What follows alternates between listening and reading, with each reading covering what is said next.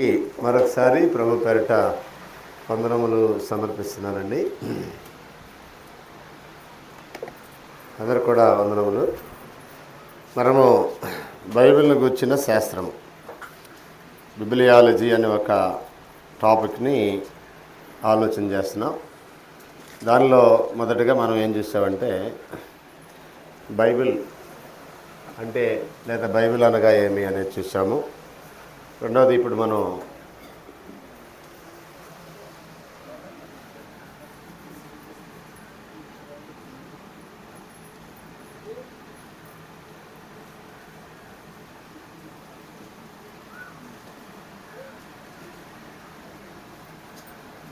Bible గురించిన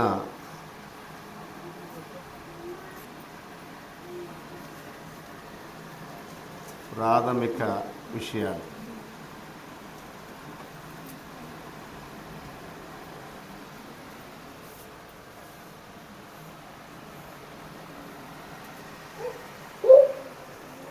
కొద్దిసేపు మనము బైబిల్ గురించినటువంటి ప్రాథమికమైనటువంటి విషయాలు. దీంట్లో చాలా విషయాలు మనం మాట్లాడవచ్చు. ప్రాథమికంగా కొన్ని విషయాల్ని మనం ఆలోచన చేస్తాం. ఇందులో మొదటగా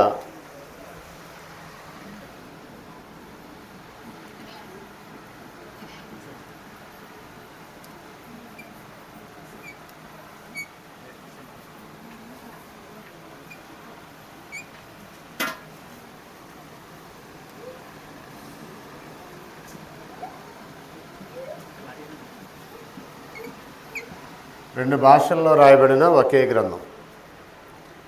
ప్రపంచంలో ఏ రచన అయినా సరే ఒకే భాషకు చెంది ఒకే వ్యక్తి చేత రాయబట్టం అనేది జరిగింది. ఏదైనా సరే, మత గ్రంథాలు కానీ మతేతర గ్రంథాలు కానీ, మత గ్రంథాలైనా అవ్వచ్చు, మతేతర గ్రంథాలైనా అవ్వచ్చు. ఒక గ్రంథం ఉందంటే దానికి ఒకే వ్యక్తి ఒకే కాలంలో ఒకే భాషలో రాయటం జరిగింది. తర్వాత తర్జుమాలు చాలా జరుగుతాయి. కానీ మన దగ్గర ఉన్న బైబిల్ రెండు భాషల్లో రాయబడింది. ఇది మొదటి పేజీలోనే మనం చదువుతాం. మన తెలుగు బైబిల్లో మొట్టమొదటి పేజీలోనే ఏముంది ఒకసారి మీ బైబిల్ తీసి చూడండి. మొదటి పేజీలోనే ఉంటుంది చూడండి. అదే అక్కడే ఫస్ట్ పేజీలో అక్కడ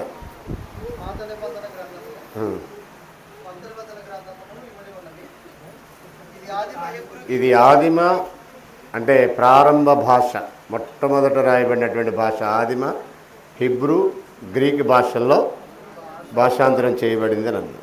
ఆ భాషల నుంచి తర్జుమా చేయబడిందని చెప్తున్నాడు. ఒక భాష ఉందా, రెండు ఉన్నాయి అక్కడ? గ్రంథాలు ఎన్ని?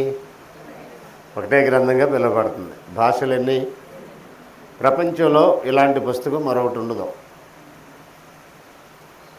రెండు భాషల్లో రాయబడిన ఒకే గ్రంథం బైబిల్ మాత్రమే.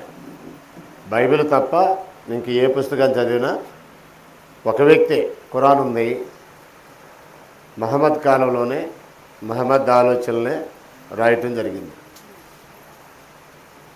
ఆయన చనిపోయాక ఎవడు దాన్ని రాయలా, ఆయనకు ముందు కూడా ఎవరు దాన్ని రాయలా.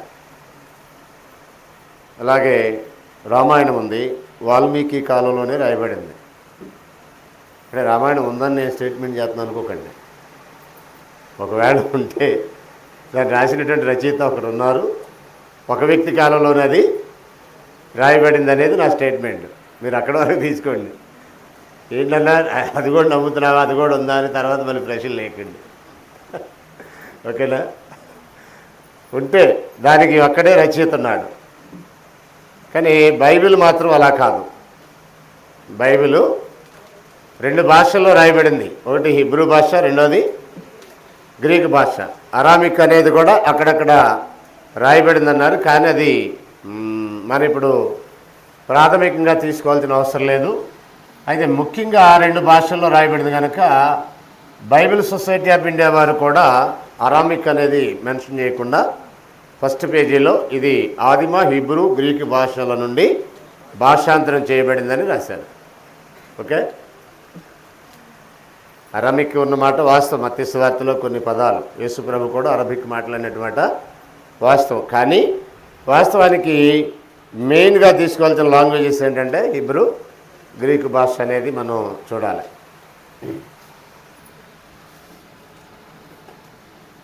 ఇక్కడ రాస్తారా?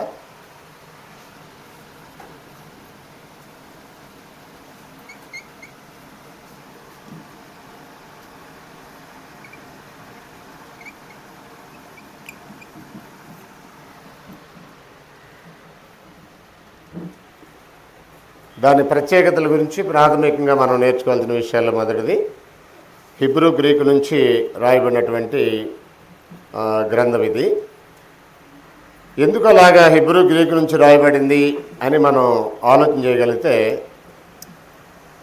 రెండు రాజ్యాంగాల్లో నిర్మితమైనటువంటి, రెండు రాజ్యాంగాలతో కూడినటువంటి గ్రంథం ఇది. ఒకటేమో ఇశ్రాయేలుతో చేసినటువంటి పాత నిబంధన, రెండోదేమో క్రైస్తవులను ఉద్దేశించి చేయబడినటువంటి క్రొత్త నిబంధన. రెండు నిబంధనలు లేక రెండు రాజ్యాంగ చట్టాలతో కూడినటువంటి గ్రంథం ఇది.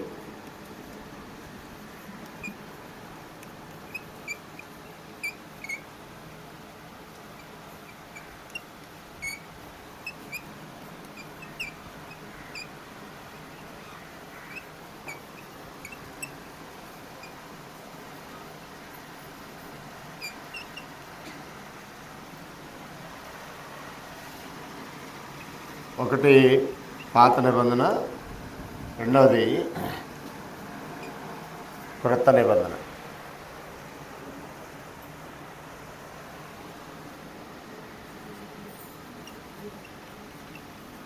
పాత నిబంధన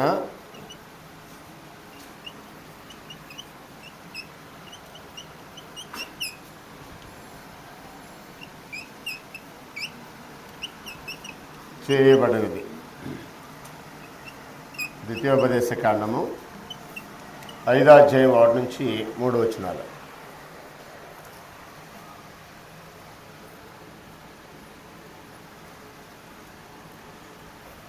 దీన్ని మోషే ద్వారా ఇచ్చాడని కూడా రాయాలి. యోహాను సువార్త 1వ అధ్యాయము 17వ వచనం.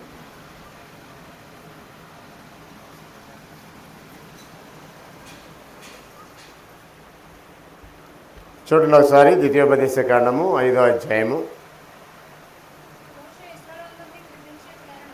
మోషే ఇశ్రాయేలులందరినీ పిలిపించి ఇట్లనెను, ఇశ్రాయేలులారా, నేను మీ వినికిడిలో నేడు చెప్పుచున్న కట్టడలను, విధులను విని వాటిని నేర్చుకుని వాటిని అనుసరించి నడువుడి. మన దేవుడైన యెహోవా హోరేబులో మనతో నిబంధన చేసెను. యెహోవా మన పితరులతో కాదు, నేడు ఇక్కడ సజీవులైన మనతోనే ఈ నిబంధన చేశాను అన్నాడు.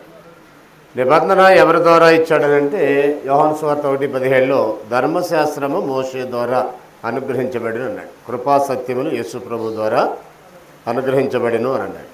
కాబట్టి ధర్మశాస్త్రం మోషే ద్వారా ఇచ్చినప్పుడు ఎవరిని ఉద్దేశించి ఇచ్చాడనే చెప్తున్నాడు. అక్కడ మోషే చెప్తున్నాడు, ఇశ్రాయేలులందరినీ పిలిపించి నేడు మీ వినికిడిలో నేను చెప్తున్న కట్టడలు, విధులను విని వాటిని గైకొనండి అని చెప్పి ఏమన్నాడంటే, యెహోవా మనతో నిబంధన చేశాను, యెహోవా మన పితరులతో కాదు, నేడిక్కడ సజీవులై ఉన్న మనతోనే ఈ నిబంధన చేశాను అన్నాడు. మనతోనే అనేది ఒకసారి జాగ్రత్తగా గమనించాలి. అది కేవలం ఇశ్రాయేలుతోనే చేసినటువంటి నిబంధన, అది ఇతర జనాంగాలతో చేసినటువంటి నిబంధన కాదు, ఇతర దేశస్తులతో చేసిన నిబంధన కాదు. అది మోషే ద్వారా ఇశ్రాయేలుతో చేయబడింది. దీంట్లో 39 పుస్తకాలు ఉన్నాయి.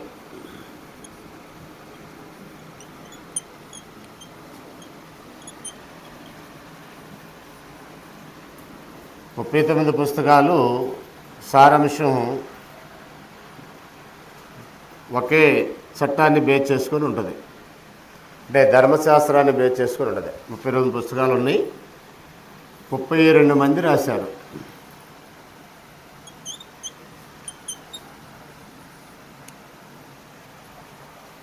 పుస్తకాలేమో 39, రాసిన రచయితలేమో 32 మంది రాశారు. ఈ 39 పుస్తకాలని 32 మంది రచయితలు ఇశ్రాయేలు ప్రజలను ఉద్దేశించే రాశారు.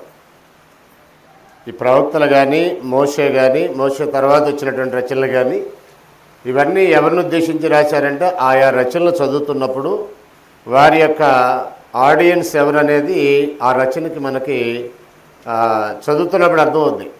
ఉదాహరణ యెషయా చదివిన వాళ్ళకి యెషయా గ్రంథం ఉజ్జియా, యోతాము, ఆహాజు, హిజ్కియాను యోధారాజుల దినములలో యోధాను గుచ్చి, ఇశ్రాయేలును గుచ్చి, యెరూషలేమును గుచ్చి యెషయాకు వచ్చినటువంటి దేవోక్తి అని అంటాడు. యెషయా మాట్లాడింది ఎవరి గురించి? స్పెసిఫిక్గా కొంతమంది రాజులు చెప్పాడు.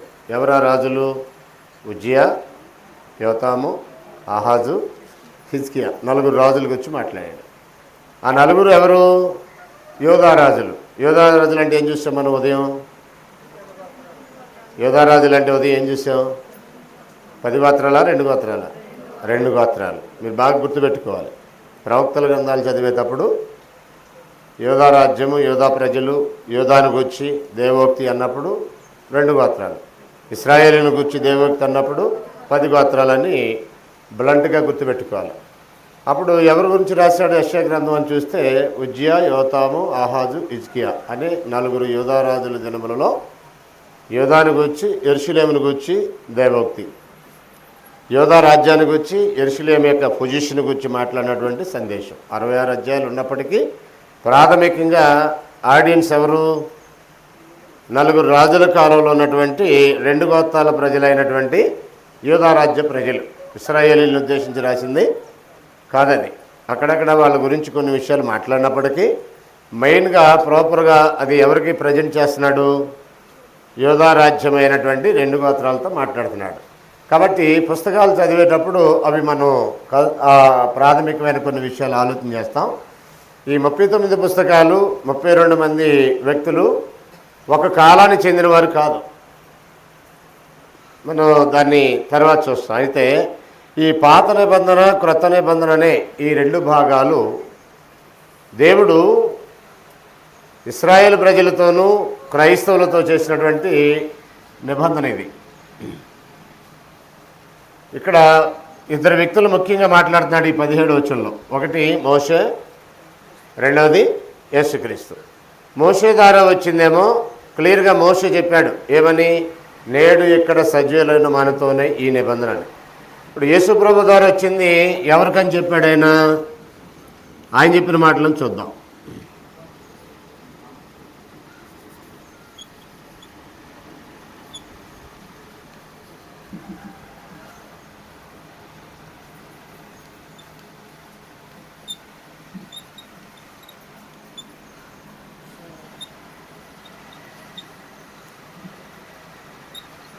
సర్వలోక క్రైస్తవులతో యోహాను సువార్త 1:17 చూడండి ఒకసారి. ధర్మశాస్త్రం మోషే ద్వారా అనుగ్రహింపబడిన కృపాసత్యములు యేసుక్రీస్తు ద్వారా కలిగింది. అంటే కృపాసత్యం అంటే క్రొత్త నిబంధనకి పర్యాయ పదాలు. కృప, సత్యం అనేవి క్రొత్త నిబంధనకి పర్యాయ పదాలు. పాత నిబంధనకి ధర్మశాస్త్రం అనే పదం ఎలాగుందో క్రొత్త నిబంధనకి కృప, సత్యం అనే పదాలు ఆపాదించబడ్డాయి. కాబట్టి ఇప్పుడు పాత నిబంధన ఏమో మోషే ద్వారా వచ్చింది. మోషే ఏం చెప్పాడు ఇక్కడ? సర్వలోకానిక, ఇశ్రాయేలుక, నేడు ఇక్కడ సజీవులున్న మనతోనే అన్నాడు. ఇప్పుడు ఈ నిబంధన ఎవరితో చేశాడు? మార్కు సువార్త 16వ అధ్యాయము 15వ వచనం చూడండి ఒకసారి. మార్కు సువార్త 16వ అధ్యాయం 15వ వచనం. మరియు మీరు సర్వలోకమునకు వెళ్ళి సర్వసృష్టికి సువార్త ప్రకటించుడు అన్నాడు. ఒక్క నిమిషం. ప్రభువు ఆజ్ఞాపించినటువంటి చట్టం ఎక్కడికి వెళ్ళాలి? సర్వలోకానికి. మోషే ఆజ్ఞాపించిన చట్టం ఎక్కడికి వరకు వెళ్ళాలి? ఇశ్రాయేలీయులకి మాత్రమే. గమనించారా? మోషే ఏమన్నాడు? నేడు ఇక్కడ సజీవులై ఉన్న మనతోనే ఈ నిబంధన అన్నాడు. ప్రభు ఏమన్నాడు? సర్వలోకానికి వెళ్ళండి అన్నాడు. మీకు ఒక విషయం చెప్తాను. మత్తయి సువార్త 10వ అధ్యాయం 5వ వచనం.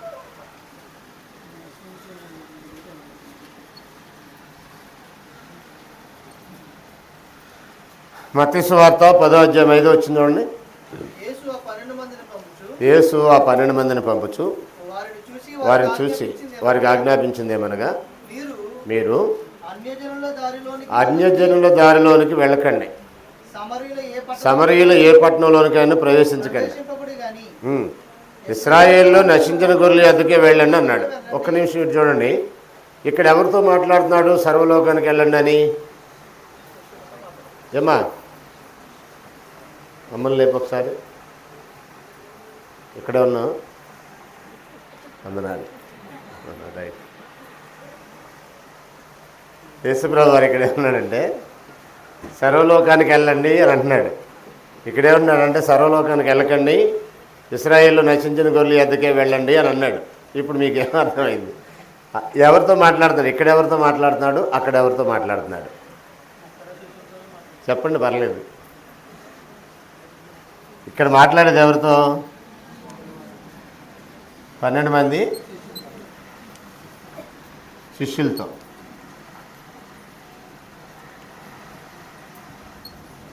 ఇక్కడ ఎవరితో మాట్లాడుతున్నాడు?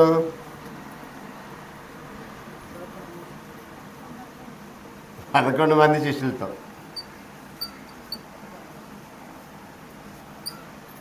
ఇక్కడేమో 12 మంది శిష్యులతో, ఇక్కడేమో 11 మందితో మాట్లాడుతున్నాడు. 11 మంది అని ఉందా అక్కడ? చూడండి పైన మార్క్స్ వార్త 16 అధ్యాయము 13, 14 కూడా చూడండి ఒకసారి.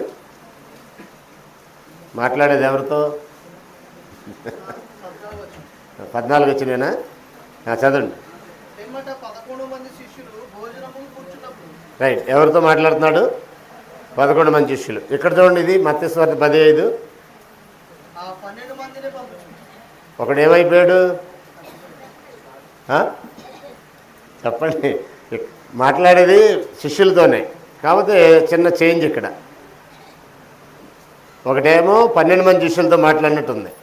అక్కడేమన్నాడు? ఇశ్రాయేల్లో నశించిన గొర్రెల యొద్దకి వెళ్ళండి, అన్యజనుల దారిలోకి వెళ్ళకండి, సమరయులు ఏ పట్టణానికి వెళ్ళకండి అన్నాడు. ఇక్కడేమన్నాడు? సర్వలోకానికి వెళ్ళండి అన్నాడు. మళ్ళీ శిష్యులతోనే మాట్లాడుతున్నాడు. కాకపోతే మార్పు ఏంటి? అక్కడికి ఇక్కడికి అక్కడ 12 మంది ఉన్నారు, ఇక్కడ 11 మంది ఉన్నారు. ఈ ఒకడెవరు? ఎవరు మిస్ అయ్యారు అక్కడ? ఎవరో ఒకడు ఇస్కరియోతు యూదా ఏమైపోయాడు? చనిపోయాడు. ఇస్కరియోతు యూదా చనిపోయాడు. యేసు ప్రభు ఇక్కడ వీళ్ళకి చెప్పే ఈ సమయానికి ఇస్కరియోతు యూదా లేడు. యేసు నమ్మిన ఆ నాణ్యాలను దేవాలయంలో పడేసి పోయి ఉరిపెట్టుకున్నాడు. ఉరిపెట్టుకొని చనిపోయాడు. ఆయన చనిపోయిన తర్వాత ఈయన సమాచారం తిరిగి లేచి ఆరోహణ అయ్యే ముందు చెప్తున్నాడు ఈ మాట. అంటే సుమారు ఇస్కరియోతు యూదా చనిపోయిన ఒక 40 రోజుల తర్వాత చెప్తున్నాడు ఈ మాట. అర్థమైందని చెప్పింది. అప్పటికి ఇస్కరియోతు యూదా చనిపోయి సుమారు 40 రోజులు అయిపోయింది. 40 రోజులు వారికి కనపడిన ఉన్నాడు కదా. ఆయన ఆరోహణ అవటానికి ముందు తిరిగి పునరుద్ధరణ అయిన తర్వాత ఎన్ని రోజులు కనిపించాడు ఆయన? 40 రోజులు. సమాధిలో ఎన్ని రోజులు ఉన్నాడు? 43 రోజులు. మొత్తం ఎన్ని రోజులు? 43 రోజులు. అంటే 43 రోజుల క్రితమే ఈయన చచ్చిపోయాడు. ఎవరు? యూదా చనిపోయాడు. ఇక్కడ మీకు ఒక విషయం అర్థం కావాలి. ఒకసాటేమో ఇశ్రాయేలీలో నశించిన గొర్రెల యొద్దకు వెళ్ళండి, అన్యజనుల దారిలోకి వెళ్ళొద్దు, సమరయుల పట్టణానికి వెళ్ళొద్దు అన్నాడు. అదే శిష్యులతో ఒక్కడు మినహాయించి మిగిలిన 11 మందితో సర్వలోకానికి వెళ్ళండి అంటున్నాడు. ఏంటి అసలు అక్కడికి ఇక్కడ ఉన్న తేడా ఏంటి? కనీసం ఈ విషయం అర్థం కాని వాళ్ళు కూడా ఉపదేశాలు చేస్తున్నారు. పెద్ద పెద్ద పాస్టర్లు ఉన్నారు. ఈ విషయం అర్థం కాక కొంతమంది ప్రశ్నించేవారు ఉన్నాడు. మీకు భారతదేశంలో ఏం పని? ఇప్పుడు కూడా ఒక కుర్రోడు అడిగాడు, నువ్వు భారతదేశంలో పుట్టి మన దేవుడిని వదిలేసి విదేశాల దేవుడిని ఎందుకు వెంబడిస్తున్నావు అని అడుగుతున్నారంట. ఏం చెప్పాలి అర్థం కావట్లేదని ప్రశ్నించాడు నన్ను. నేను ఆ కుర్రోడికి చెప్పాను ఏం చెప్పాలనేది చెప్పాను. ఇప్పుడే అడిగాడు కింద నన్ను. అడిగితే చెప్పాను నేను. సరే నేనేం చెప్పానంటే, దేశానికి ఒక దేవుడు ఉన్నాడు అబ్బాయి, ప్రపంచానికి అక్కడే దేవుడు, ఆయన ఎవరో తెలుసుకోవాలి అది చెప్పి సింపుల్గా. దేశానికి దేవుడు అంటే ఇప్పుడు ఇక్కడెక్కడున్న దేవుళ్ళు వేరే దేశాల్లో దేవుళ్ళు కాదా? ఈ దేశానికి ఒక దేవుడు, ఆ దేశానికి ఒక దేవుడు, ఈ ప్రాంతానికి ఒక దేవుడు, ఆ ప్రాంతానికి ఒక దేవుడు, ఈ కులానికి ఒక దేవుడు, ఆ కులానికి ఒక దేవుడు ఉంటాడా? ఉంటారు. ఎవరు? వాళ్ళని సృష్టించిన వాడు కాదు, వాళ్ళు సృష్టించుకున్నవాళ్ళు. అర్థమైందా? మనలను సృష్టించిన వాడైతే ఒక్కడే, మనం సృష్టించుకున్న వారైతే మన కులానికి ఒకడు ఉంటాడు, మన ప్రాంతానికి ఒకడు ఉంటాడు, మన గ్రామానికి ఒకడు ఉంటాడు, మన దేశానికి ఒకడు ఉంటాడు. కానీ మనల్ని సృష్టించిన వాడైతే యూనివర్సల్గా ఒక్కడే ఉంటాడు. కాబట్టి తెలియక పాపం అనేది అమాయకంగా ప్రశ్న ఎత్తున్నారులే, నువ్వు ఇలాగ చెప్పు, ఒకళ్ళు ఏదన్నా ఇంకా వినకపోతే వదిలేసే అని చెప్పాను. రైట్, మన పాయింట్కి వచ్చేద్దాం. ఒక చోటేమో సర్వలోకానికి వెళ్ళొద్దు అంటున్నాడు, మరో చోటేమో సర్వలోకానికి వెళ్ళమంటున్నాడు. ఏం జరిగింది ఇక్కడ అని మనం ఆలోచన చేస్తే ఈ పాత క్రొత్త నిబంధనలకు మధ్య ఉన్నటువంటి వ్యత్యాసం అది. అంటే పాత నిబంధన నెరవేరే వరకు వాళ్ళు వేరే ప్రాంతానికి వెళ్ళటానికి రైట్స్ లేవు. ఎవరితో చేశాడని చెప్పాడు పాత నిబంధన? ధర్మశాస్త్రం ఎవరితో? ఇశ్రాయేలుతో. కాబట్టి ఎవరికి బోధించాలి? అది ఇశ్రాయేలీల్లో నశించిన గొర్రెలకే బోధించాలి. ఇది ఎవరికన్నాడు? సర్వలోకానికి అన్నాడు. కాబట్టి ఇది ఎప్పుడు అమల్లోకి వచ్చింది? సింపుల్గా ఒక విషయం చెప్తా. మత్తయి సువార్త 26వ అధ్యాయము 28, 29 చూడండి.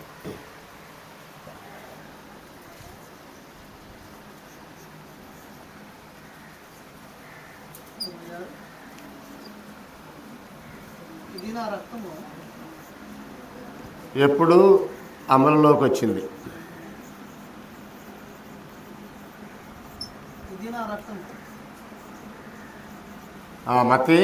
మత్తయి సువార్త 26, 28 నుంచి చూడండి ఒకసారి. ఇది నా రక్తము అనగా పాప క్షమాపణ నిమిత్తము అనేకుల కొరకు చిందింపబడుచున్న నిబంధన రక్తం అన్నాడు. ఒకసారి నాకెళ్ళి చూడండి అందరూ.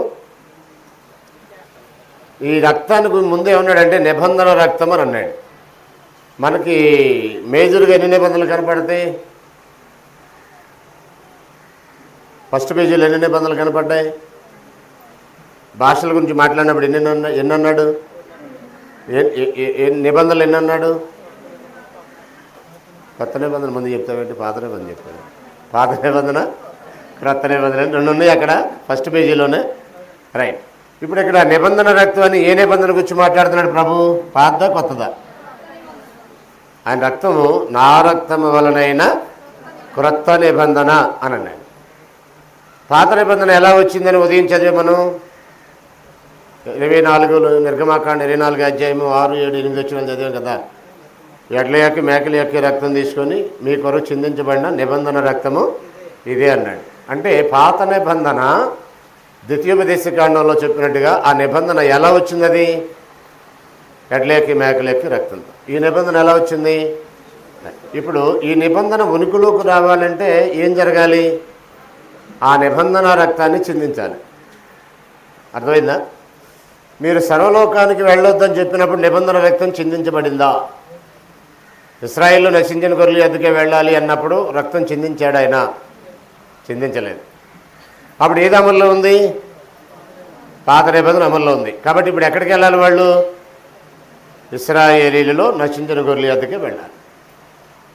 నిబంధన రక్తం చిందించబడిన తర్వాత ఏం జరిగింది? 24వ అధ్యాయం లూకా సువార్త ఒకసారి చూడండి.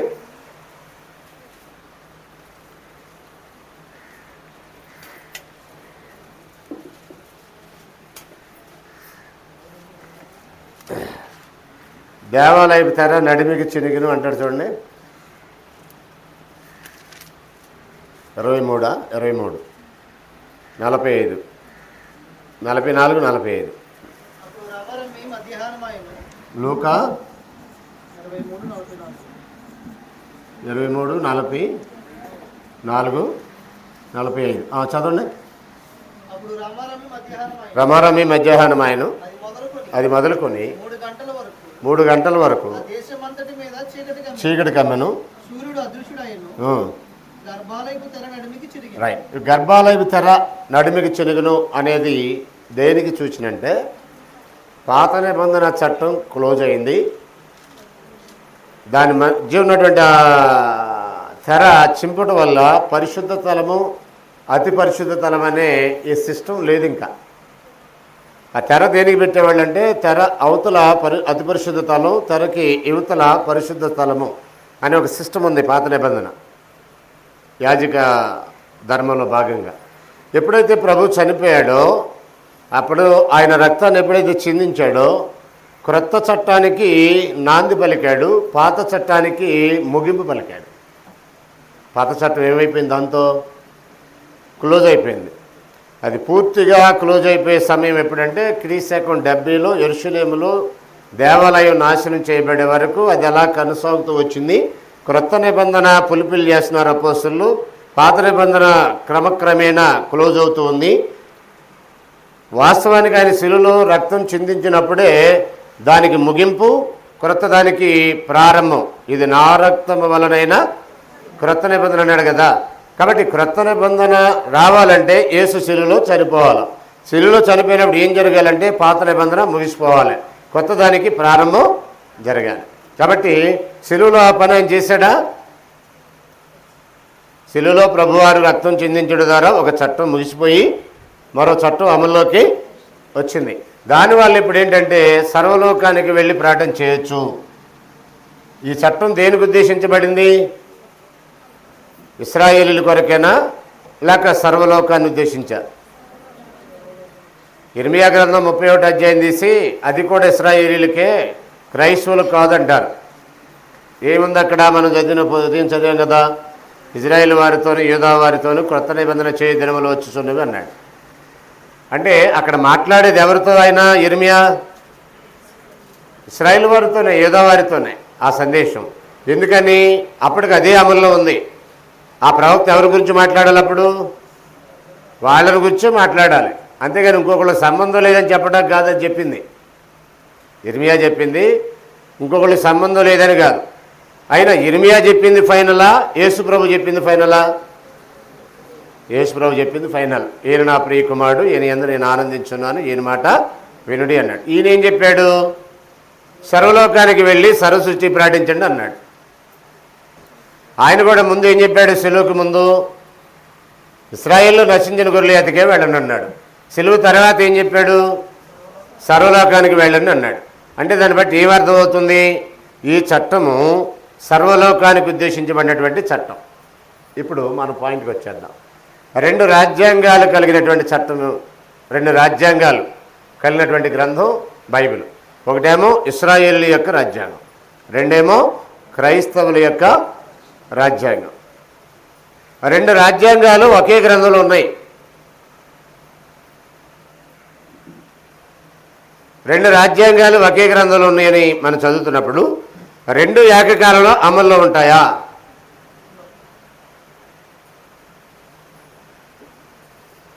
ఇప్పుడు ఇశ్రాయేలీలకేమో పాత నిబంధన, క్రైస్తవులకేమో క్రొత్త నిబంధన ఏకకాలంలో అమల్లో ఉంటాయా?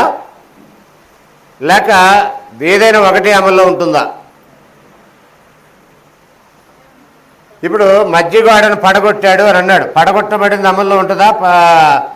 అది క్లోజ్ అయిపోద్దా? ఒకసారి ఎపిసి పత్రిక సిలువలో ఆయన చేసిన పని ఏంటో చూద్దాం. 2వ అధ్యాయము 13 నుంచి 16 వరకు చూడండి.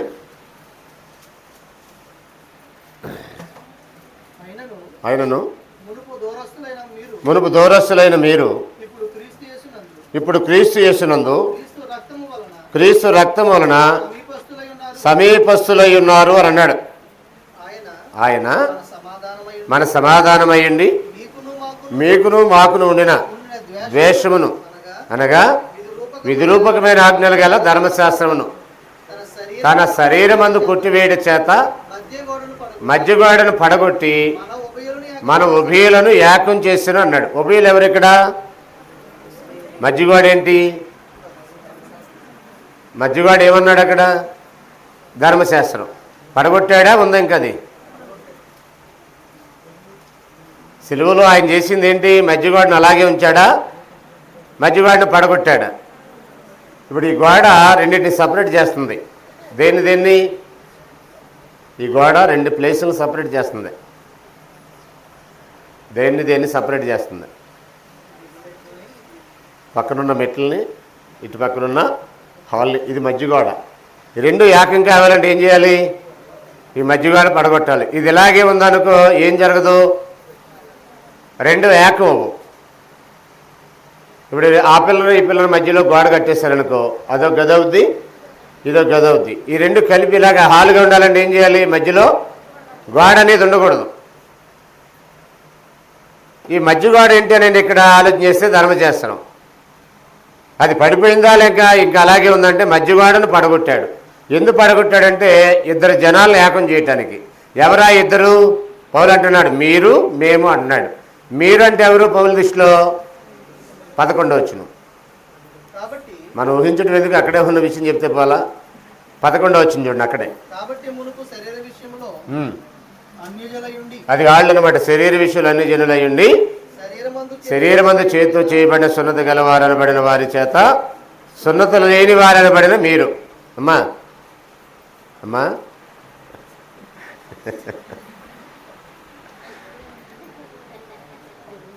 మనం ఇక్కడ రెండు జనాల గురించి ఆలోచిస్తున్నాం. ఒకటి మనం, రెండోది ఇశ్రాయేలీయులు. వింటున్నావా? నాకు ఇది పెద్ద పరీక్ష భోజనం తర్వాత. ఓకే, 11వ వచనంలో ఉన్నాడంటే మీరు మేము అని అంటున్నాడు. ఆ కాలమందు మీరు అంటే అన్ని జనులు ఇశ్రాయేలీలతో సహపౌరులు కాదన్నాడు. ఇశ్రాయేల్కి ఏముంది? నిబంధన ఉంది, నిరీక్షణ ఉంది, వాగ్దానం ఉంది, దేవుడు ఉన్నాడు. అన్ని జనులకి ఏమి లేదు, నిబంధన లేదు, నిరీక్షణ లేదు, వాగ్దానం లేదు, అసలు దేవుడు లేడు మనకి. యేసు ప్రభు దయ వల్ల దేవుడు మనకు అనుగ్రహించబడ్డాడని చెబుతున్నాను నేను ఇప్పుడు. ఈ లోపల నువ్వు ఎక్కడికి వెళ్ళిపోతున్నావు? యేసు ప్రభువే లేకపోతే, ఆయన శిలువ బలియాగమే లేకపోతే అన్ని జనులమైన మనకి దేవుడు లేడు, నిబంధన లేదు, నిరీక్షణ లేదు, వాగ్దానం కూడా లేదు. లోకమందు దేవుడే లేనటువంటి జనం మనం. మహాప్రభు ప్రాణం పెట్టడం ద్వారా, ఆయన ప్రాణత్యాగం ద్వారా యూదులకి మనకి మధ్య ఉన్న మధ్యగోడను పడగొట్టి మన ఉభయులని ఏకం చేశాడు. ఎవరు చెప్తున్నారు ఈ మాట? ఒక భక్తిగల యూదుడు చెప్తున్నాడు. ఆ భక్తిగల యూదుడు యోధామతంలో ఉన్నప్పుడు చెప్తున్నాడా? యోధామతాన్ని వదిలేసిన తర్వాత చెప్తున్నాడా? యోధామతాన్ని వదిలేసిన తర్వాత చెప్తున్నాడు. గలతీ పత్రిక 1:13.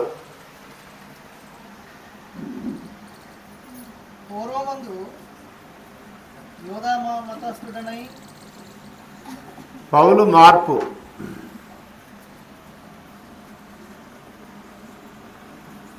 రెండు వేరు అని చెప్తుంది.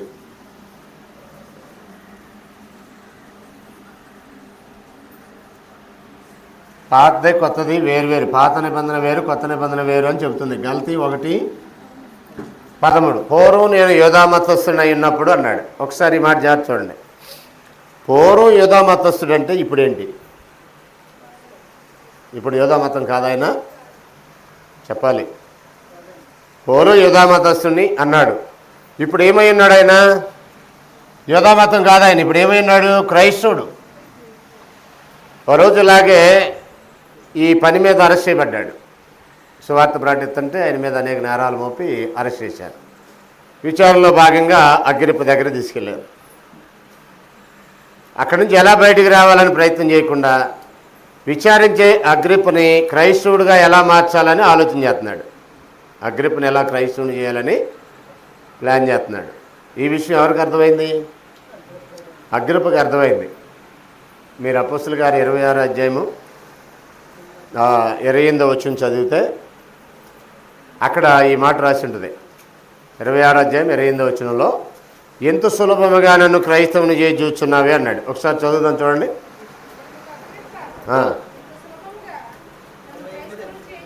28, 26, 28.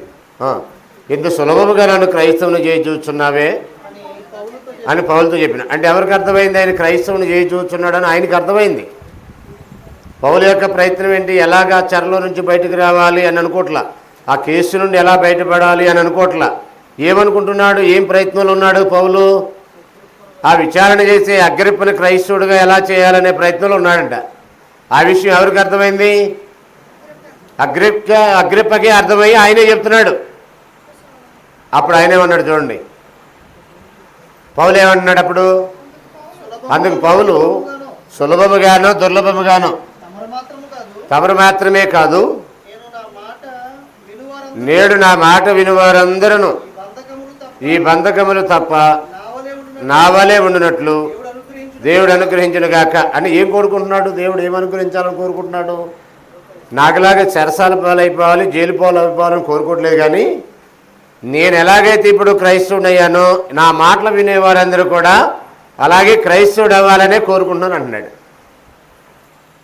అంటే ఇప్పుడు ఏమై ఉన్నాడని ఒప్పుకుంటున్నాడు ఆయన? యూదుడా లేక క్రైస్తవుడా? క్రైస్తవుడై ఇతరులు క్రైస్తవులు చేసే ప్రయత్నంలో ఉన్నాడు. పూర్వం ఏమై ఉన్నాడు ఆయన? యూదా మతానికి చెందినవాడు. ఇప్పుడు రెండు వేరు వేరా, రెండు ఒకటేనా? యూదా మతం క్రైస్తవ్యం రెండు ఒకటేనా? వేరు వేరా? వేరు వేరని ఎలా చెప్పొచ్చు మనం? సింపుల్గా పౌలు యొక్క మార్పును చెప్పచ్చు. పౌలు అంటే ఆర్డినరీ పర్సన్ కాదు, ఎక్స్ట్రాడినరీ పర్సన్ అని చెప్పాలి ఇన్ జూస్ పీపుల్. ఎందుకు చెప్పొచ్చానంటే తన సమాన వయస్కుల్లో తనలాగా భక్తి కలిగిన వాడు మరొకడు లేడన్నాడు. గమాలియేలు పాదాల యొద్ద పాఠాలు నేర్చుకున్నాను అన్నాడు. ధర్మశాస్త్రాన్ని బాగా ఎరిగినవాడు, ఆక్రమంలోనే సంఘాన్ని పాడు చేసినవాడు, క్రైస్తవ్యాన్ని హింసించినవాడు. అలాంటి వ్యక్తి వాస్తవాలు ఎరిగిన తర్వాత ఏం చేశాడు? తెలియక పొరబడితిని, అవిశ్వాసం వల్ల చేశాను, క్షమించబడ్డాను అని అన్నాడు. ఇప్పుడు మతాన్ని వదిలి మార్గంలోకి వచ్చాడు ఆయన. మతాన్ని వదిలి ఎక్కడికి వచ్చాడు? మార్గస్థులను హింసించాడు. ఏ మార్గంలో ఉన్నవారిని హింసించాడో ఆ మార్గంలోకి ఆయనే వచ్చాడు. పూర్వం నేను యూదా మతస్థుడు అయినప్పుడు దేవుని సంఘాన్ని, అంటే దేవుడు ఏర్పాటు చేసిన సర్వోన్నతమైనటువంటి శ్రేష్టమైన మార్గాన్ని హింసించాను. ఇప్పుడు ఆ మార్గంలోనికి ఆయన వచ్చాడు. ఇప్పుడు మనకు అర్థం కావాల్సిన విషయం ఏంటంటే ఇక్కడ పాత కొత్త రెండు రాజ్యాంగాలు ఒకటేనా, రెండు వేరువేరా?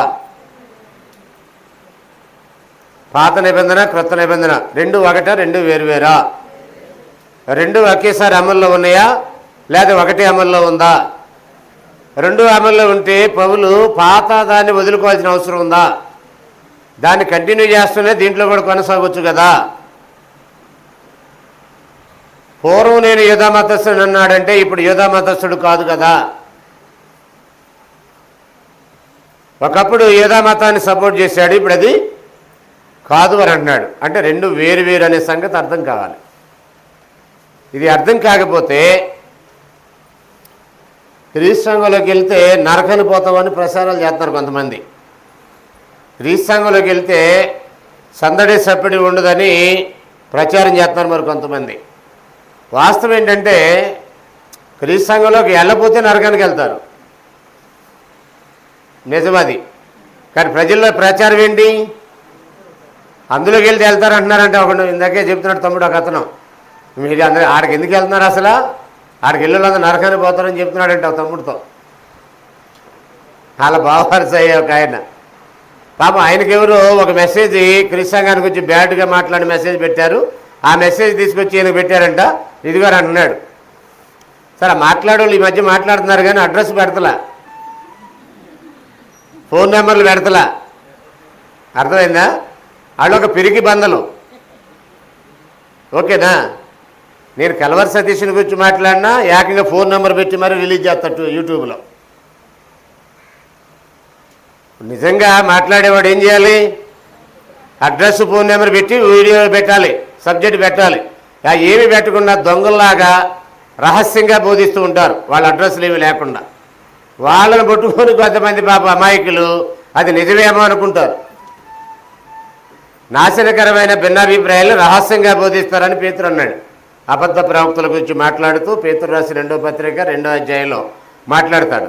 పబ్లిక్గా మాట్లాడేవాడంటే దేవుని సేవకుడు దేవుని సంకల్పాన్ని బహిరంగంగా ఇంటింటా చెప్తాడు, భయపడ్డు. అబద్ధాలు చెప్పేవాడు భయపడతాడు కనుక ఫోన్ నెంబర్లు ఇవ్వడు, అడ్రస్ ఇవ్వడు.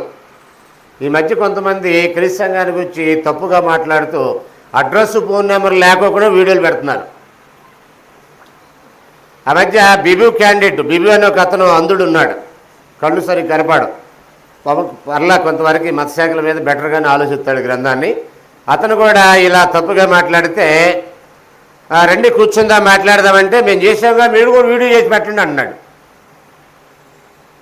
కూర్చొని మాట్లాడదాం రమ్మన్న వాళ్ళకి సంబంధించినటువంటి శిష్యులతో. అప్పుడు ఏమంటాడంటే మేము మాట్లాడంగా మీరు కూడా మాట్లాడండి అంటాడు. నేరుగా మాట్లాడదాం రండి, ఓపెన్గా మాట్లాడదాం రండి, యూట్యూబ్లో లైవ్ వేద్దాం రండి అన్నాను. నిజమైతే నువ్వు నమ్మింది యూట్యూబ్లో లైవ్ వేయటానికి నీకేంటి ప్రాబ్లం? ప్రజలు తెలుసుకుంటారు కదా. మీకు చెప్తున్నాను, ఇది యూట్యూబ్లోకి వెళ్తే వాళ్ళకు కూడా చెప్తాం. మీకు ఎవరైనా పరిచయం అయితే లైవ్ ప్రోగ్రాం చేద్దాం. క్రీస్తు తప్పు అనేవాడు ప్రపంచంలో ఎవడున్నా సరే. నేను ఒకసారి పీడి సుందరరావు ముఠాకి చెప్పాను, పీడి సుందరరావు కాదు, ఆయన కంటే ఇంకేమైనా మేధావి ఉంటే పట్టురండి, క్రీస్తు సంఘాన్ని తప్పు అని రుజువు చేసేవాడంటే రండి, ఓపెన్ ఛాలెంజ్ అన్నాను. బహిరంగంగా మాట్లాడలేరు, కానీ అక్కడక్కడ సందుల్లో గొంతుల్లో మాట్లాడతారు కొంతమంది. అవి పెద్దగా పట్టించుకోవాల్సిన అవసరం లేదు. ఒకవేళ బహిరంగంగా మాట్లాడేవాడంటే పురుషత్వం అనేవాడి ప్రాణాలతో ఉన్నంత వరకే నేను ఓపెన్గా చెప్తున్నా, తీసుకురండి నా దగ్గరికి.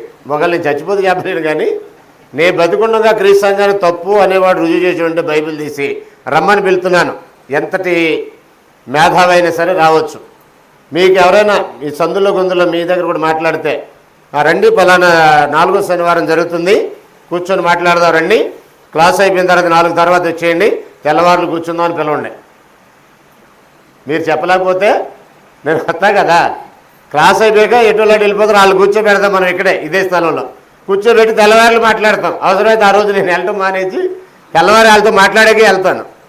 కాబట్టి అలాంటి చిన్న చిన్న చాచాకు చప్పుళ్ళకి భయపడకండి. ఉడతూపుకి చింతకాయలు రాలవని చెప్పండి. ఉడతూపుద్ది, చింతకాయలు రాలతాయా? ఉడత బలం ఎంత? అది ఎంత గట్టి ఊపినా కానీ చింతకాయ ఊడిద్దే తమ్ముడు. కాబట్టి ఉడతూపుకి చింతకాయలు రాలవని చెప్పండి.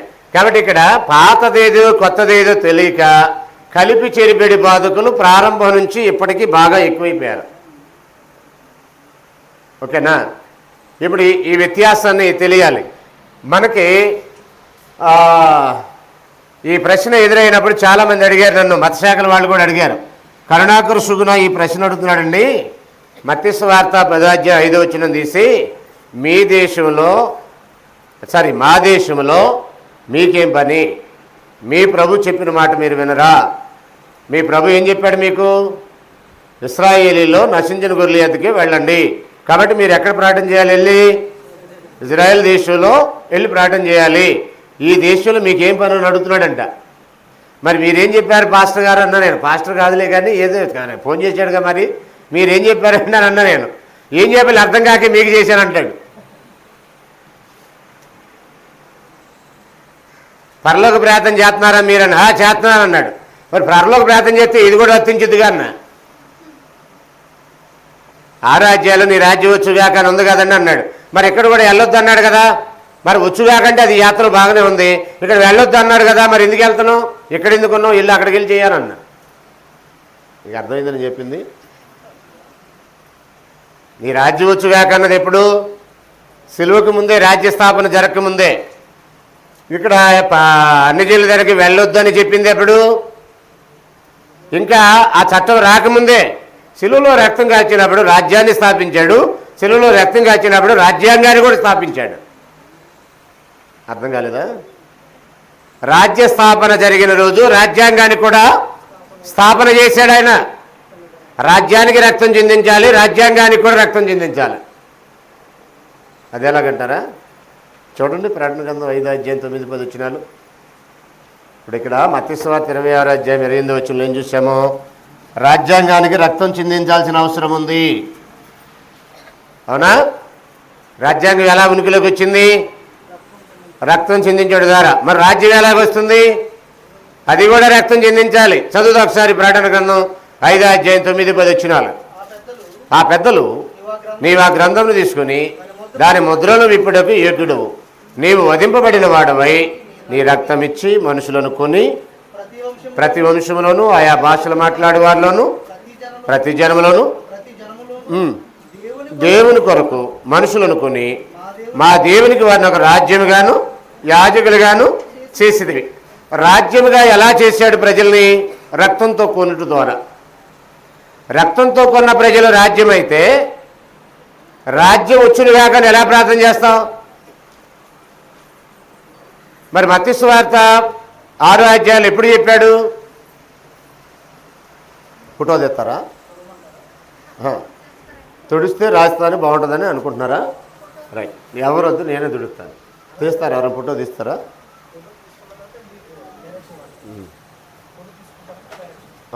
ఒక ఫోటో తీసుకోండి అయితే, ఎందుకంటే రాసుకోలేని వాళ్ళు కొంత తర్వాత చూసుకొని రాసుకోవచ్చు. ఓకేనా? చెప్తున్నారా? ఓకేనా?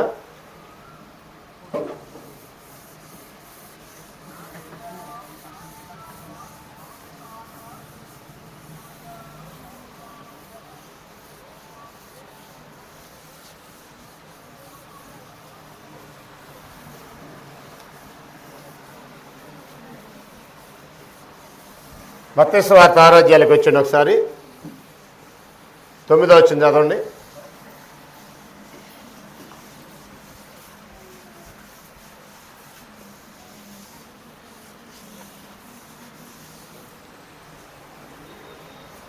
కాబట్టి మీరు ఎలాగూ ప్రార్థన చేయడి. చదవమ్మా. పరలోకమందున్న మా తండ్రి, నీ నామము పరిశుద్ధపరచబడును గాక, నీ రాజ్యం వచ్చును గాక, నీ చిత్తము పరలోకమందు నెరవేరుచున్నట్టు భూమి యందును నెరవేరు. రైట్, రాజ్యం వచ్చుగాక అన్నాడు. అని చేయమన్నాడా?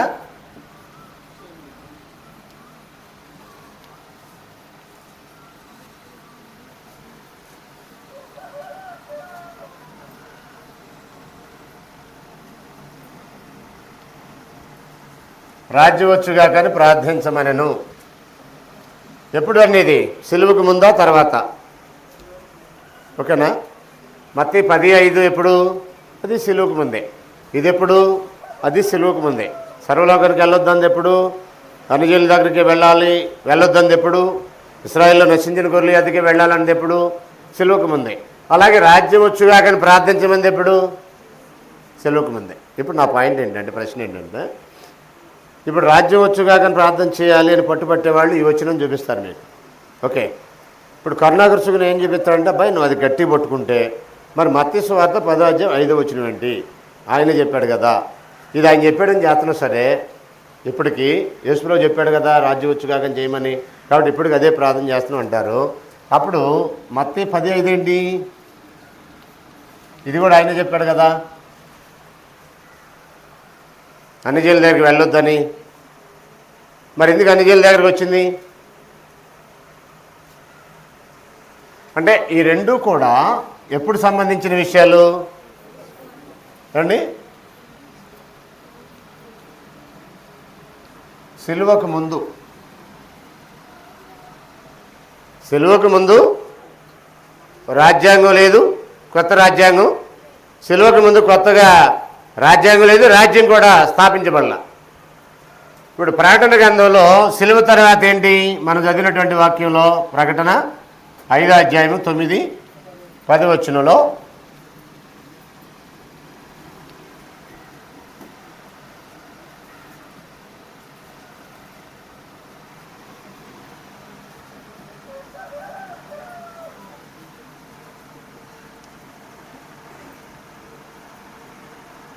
సిలువ తర్వాత రాజ్యం వచ్చింది.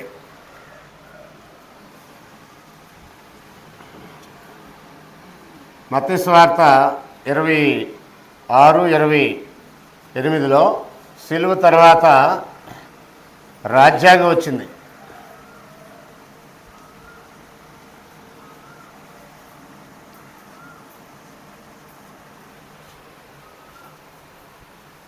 ఒకవేళ రాజ్యం రాలేదు అని నువ్వంటే రాజ్యాంగం కూడా రాలేదు, అప్పుడు పాతదే అమల్లో ఉందని అర్థం.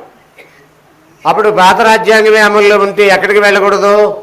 10:5 ప్రకారం అన్యజనుల దగ్గరికి వెళ్ళకూడదు. పాత రాజ్యాంగం ప్రకారం అన్యజనుల దారిలోకి వెళ్ళకూడదు, సమరయులు ఏ పట్టణానికి కూడా వెళ్ళకూడదు. మరి కొత్త రాజ్యాంగం ఎలాగా అంటే, కొత్త రాజ్యాంగం రావటం వల్ల ఏం జరిగింది? ఇప్పుడు సర్వలోకానికి వెళ్ళే అవకాశం వచ్చింది. సో ఇక్కడ సర్వలోకానికి వెళ్ళి ప్రార్థన చేసే హక్కు వచ్చిందని నమ్మితే రాజ్యం వచ్చింది, రాజ్యాంగం వచ్చిందని కూడా నమ్మాలి. రాజ్యం వచ్చిందని నమ్మితే రాజ్యం వచ్చుగా కానీ ప్రార్థన చేస్తారా? ఇప్పుడు జోసఫ్ రాజు గారు పురుషోత్తం గారిని క్షేమంగా తీసుకురండి అని ప్రార్థన చేశాడు అనుకో, నేను ఆల్రెడీ వచ్చాను, వాక్యం చెప్తున్నాను, నిలబడి ప్రార్థన చేయమంటే పురుషోత్తం గారిని క్షేమంగా విజయవాడ నుంచి తీసుకురండి, తండ్రి అని ప్రార్థన చేస్తే ఏమైనా అర్థం ఉందా? అల్లడి వచ్చిన ఏంటి ఏం ప్రార్థన చేస్తున్నాడు ఈయన? అసలు ఆయన వచ్చాడు కదా, ప్రసంగం కూడా చేస్తున్నాడు కదా, ఆయన వాక్యం చెప్పడం ప్రార్థన చేయమంటే ప్రసంగం చేసే వ్యక్తిని త్వరగా తీసుకురండి, విజయవాడ నుంచి క్షేమంగా తీసుకురండి అని ప్రార్థన చేస్తాడు ఏంటని అంటారు కదా. ప్రభు చనిపోయింది దేనికి? రాజ్యాన్ని స్థాపించడానికి, రాజ్యాంగాన్ని ఇవ్వటానికి. రాజ్యాంగం ఆయన మరణంతో ముడిపడింది. ఆయన శిలువలో మరణించడం ద్వారా మధ్యగోడను పడగొట్టి ఒక రాజ్యాంగాన్ని ముగించి మరొక రాజ్యాంగాన్ని ఉనికిలోకి తెచ్చాడు. ఇప్పుడు పౌలుకి ఈ విషయం అర్థం కానంత వరకు సంఘాన్ని హింసించాడు. అర్థమైన తర్వాత ఏం చేశాడు? కొత్త రాజ్యాంగానికి కట్టుబడి ఆ రాజ్య విస్తరణ కొరకు ప్రాణాలు తెగించి పనిచేశాడు. ఇప్పుడు మనకు కూడా అర్థం కానప్పుడు ఏం జరుగుద్ది? అర్థం కాని వాళ్ళు ఏం చెప్తారు? అమ్మా వింటున్నావా? అర్థం కాని వాళ్ళు ఏం చెప్తారు నీకు? అక్కడికి వెళితే అది ఉండదు, ఇది ఉండదు, సందడి ఉండదు, సభ్యుడు ఉండదు, అలా అక్కడికి వెళ్తే నరకానికి వెళ్తామని కూడా చెప్తారు.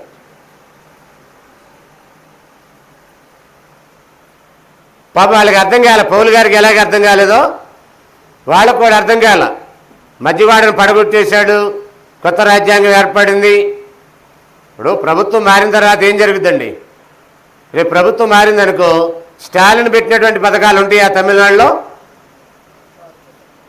మన రాష్ట్రంలో ప్రభుత్వం మారింది, జగన్ పెట్టిన పథకాలు ఉంటాయా? ఇప్పుడు ప్రభుత్వం మారాక ఏమవుతాయి? కొత్త ప్రభుత్వం ఏ పథకాలు అయితే ప్రవేశపెట్టారో అవే అమల్లో ఉంటాయి. అలాగే పాత ప్రభుత్వం, పాత రాజ్యాంగం రద్దయిపోయింది. కొత్త రాజ్యాంగం అనేదాన్ని అమలు చేశాడు ప్రభు. కొత్త రాజ్యాంగం ప్రారంభమైన తర్వాత ఏం చేయాలి? కొత్త రాజ్యాంగం కింద ప్రజలు వాళ్ళ జీవన విధానాన్ని కొనసాగించాలి. దాన్నే క్రొత్త నిబంధన కింద బ్రతకటం అన్నాడు.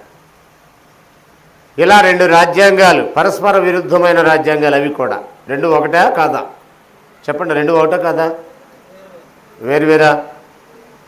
ఒకటేమో ఇశ్రాయేలీయులకు మాత్రమే ఉద్దేశించబడింది, మరొకటేమో సర్వలోక ప్రజలందరినీ ఉద్దేశించింది. రెండు ఒకటి కాదు కదా, రెండు వేరు కదా. ఈ వేరు అనే సంగతి తెలియపోతే కలిపి చెరిపెడి బాధ చేశారు కొంతమంది. ప్రారంభంలో ఉన్నాయి, ఒకసారి చదువుదాం చూడండి. కొరింథీయులకు రాసిన 2వ పత్రిక 2వ అధ్యాయం 17వ వచనం.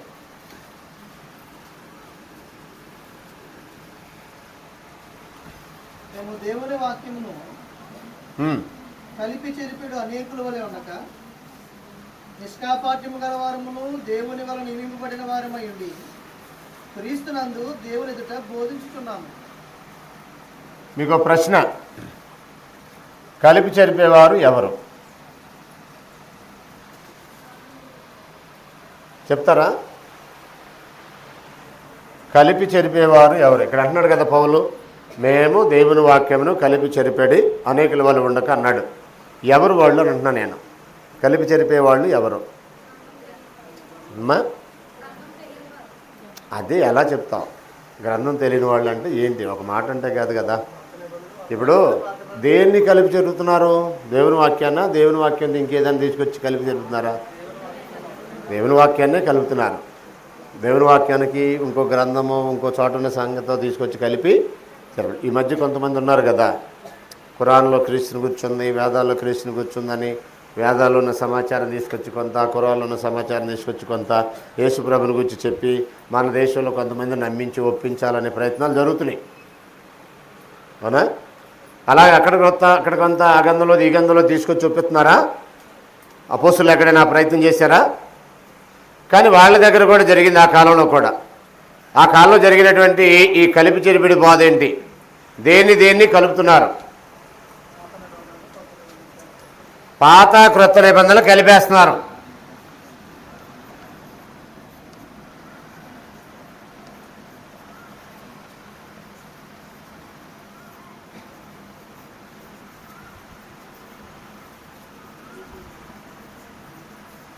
ఒకసారి అపోస్తుల కార్యములు 15వ అధ్యాయం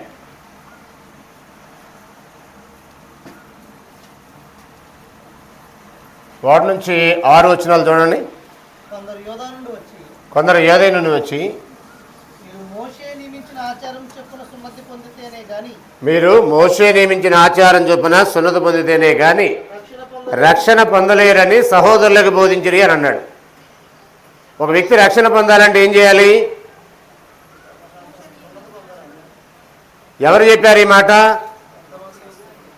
సున్నతి పొందాలని ఈ సత్వం ఎక్కడది?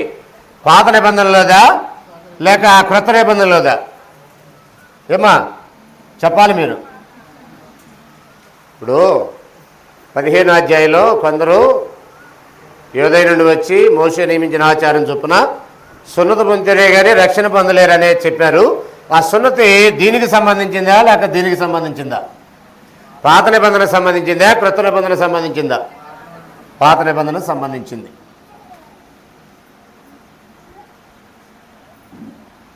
ఆదికాండము 17వ అధ్యాయము 8 నుండి 10 వచనాలు. ఇప్పుడు ప్రభు ఏం చెప్పాడు? మార్కు 16 చూడండి.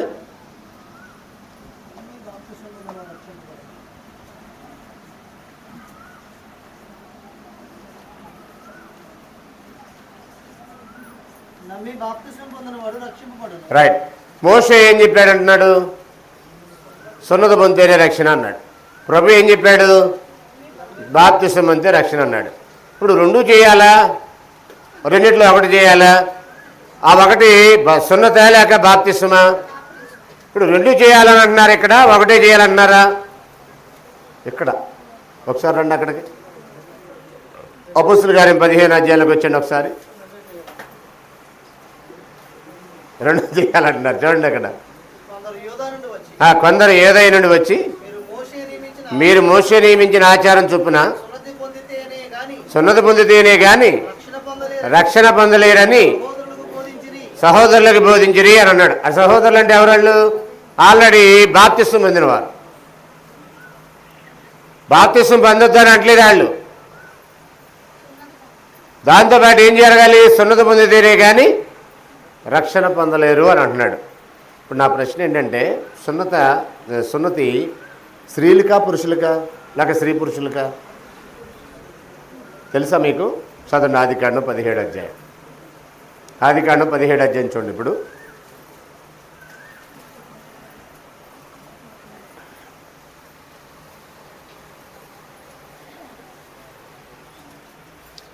ఆదికాండం 17వ అధ్యాయము 7 నుంచి చదవండి. నేను నీకును నీ తర్వాత నీ సంతానములకు దేవుడనై ఉండునట్లు నాకును నీకును నీ తర్వాత వారి తరములలో నీ సంతతికి నీ మధ్య నా నిబంధన నిత్య నిబంధనగా స్థిరపరచెదను. నీకును నీ తరువాత నీ సంతతికి నువ్వు పరదేశీ అన్న దేశమును అనగా కానాను దేశమంతటిని 12 వచ్చినవా? డైరెక్ట్ చదవండి. 12 10 వచ్చింది చదివండి. 10 వచ్చును. నీకును నీ తరువాత నీ సంతతికి మధ్య మీరు గైకొనవలసిన నా నిబంధన ఏదనగా మీలో ప్రతి మగవాడు సున్నతి పొందవలెను. ప్రతి మగవాడు అంటే స్త్రీలకు అక్కర్లేదు కదా. రైట్. అపోస్తలుల కార్యం 8వ అధ్యాయము 12 వచ్చింది చూడండి.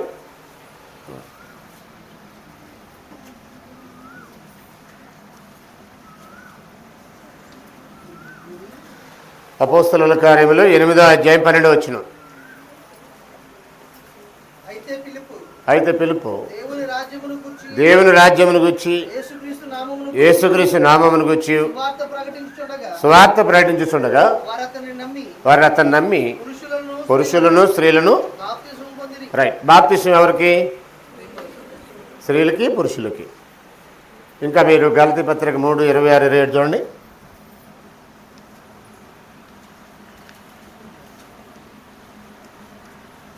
గలతీ పత్రిక 3వ అధ్యాయము 26-27 వచ్చినారు.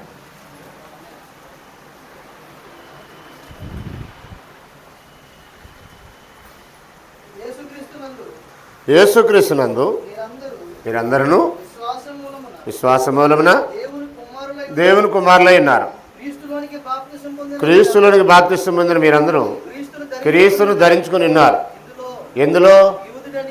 సంఘంలోనా క్రీస్తును ధరించుకున్నట్టులోనా? అంటే కొంతమంది అక్కడికి వెళ్తున్నారు. ఇందులో స్త్రీ పురుషుల భేదం లేదంటే సంఘంలో స్త్రీలను పురుషుల భేదం లేదు, కాబట్టి ఎవరైనా బాధ చేయొచ్చు, ఎవరైనా నిలబడవచ్చు అనడానికి ఇది వాడుతున్నారు. అక్కడ పాయింట్ చెప్పండి, ఇందులో అన్నాడు. ఇందులో బాప్తిసం పొంది క్రీస్తును ధరించుకున్నట్టులో భేదం లేదన్నాడు. అంటే సంఘంలో నాయకత్వం వహించే దాని గురించి మాట్లాడలే అక్కడ. ఇందులో ఏమన్నాడు చూడండి, అక్కడ స్త్రీ అని, పురుషుడని, దాసుడని, స్వతంత్రుడని లేదన్నాడు. రైట్.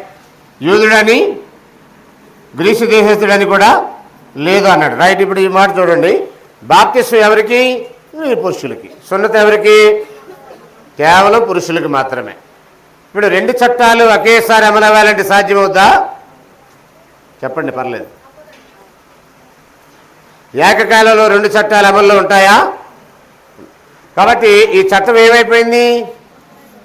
రద్దయిపోయింది. యేసుప్రభువు ఏం చేశాడు? శిలువలో దాన్ని కొట్టివేసి, మనకు అడ్డం లేకుండా దాన్ని ఎత్తివేసి మన ఉభయులను యాకం చేసి అన్నాడు.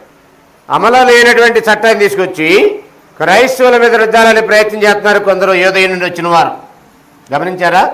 కొందరు యోదయ నుండి వచ్చి మీరు మోషే నియమించిన ఆచారం చొప్పున సున్నత పొందితేనే కానీ రక్షణ పొందలేరు అని చెప్తున్నారు. ఇప్పుడు ఏం బాధ చేస్తున్నారు వీళ్ళు? కలిపి చెరిపేడి బాధ చేస్తున్నారు. అప్పుడు సంఘంలో కలవరం ఏర్పడింది. సంఘాలలో కలవరం ఏర్పడటానికి కారణాలు ఏంటి? కలిపి చెరిపేడి బోధ. ఎప్పుడైతే కలిపి చెరిపేడి బోధ సంఘాల్లోకి ప్రవేశిస్తుందో ఆటోమేటిక్గా సంఘ సభ్యుల మధ్య కలవరం అనేది ఏర్పడుద్ది. నాకేనా?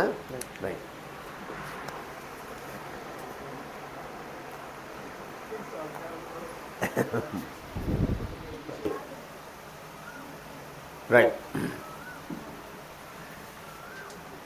కలిపి చెరిపేడి బోధ అంటే ఏంటి చెప్పండి. ఇప్పుడు పాత నిబంధన క్రొత్త నిబంధన రెండింటినీ కలిపి పాటించాలని చెప్పినట్లయితే వారు కలిపి చెరిపేడి బోధకులు ఉంటారు. దీనివల్ల సంఘంలో ఏమేర్పడుతుందంటే కలవరం ఏర్పడుద్ది. ఇప్పుడు మీకు ఒక విషయం చెప్తాను. ఇక్కడ జోసఫ్ రాజు గారు పెట్టే క్లాసుల్లో కానీ, ఆరాధనలో కానీ, మీటింగ్లో కానీ వాయిద్యాలు ఎప్పుడైనా చూశారు మీరు? చూడలే. కానీ బయట వేరే వాళ్ళు మీటింగ్లు పెట్టినప్పుడు అవన్నీ ఉంటాయా? వాయిద్యాల ఆర్కెస్ట్రా ఉంటుందా? అక్కడ ప్రత్యేక గాన బృందం ఉంటుందా? ఉంటుంది. అవునా? ఇప్పుడు ఎందుకని ఇక్కడ లేదు? అది ఏ చట్టానికి సంబంధించింది? ఇది ఏ చట్టానికి సంబంధించింది? ఒకసారి చూద్దాం మనం. ఓకేనా? చదువుదాం ఒకసారి. కీర్తన గ్రంథంలోకి వచ్చేయండి.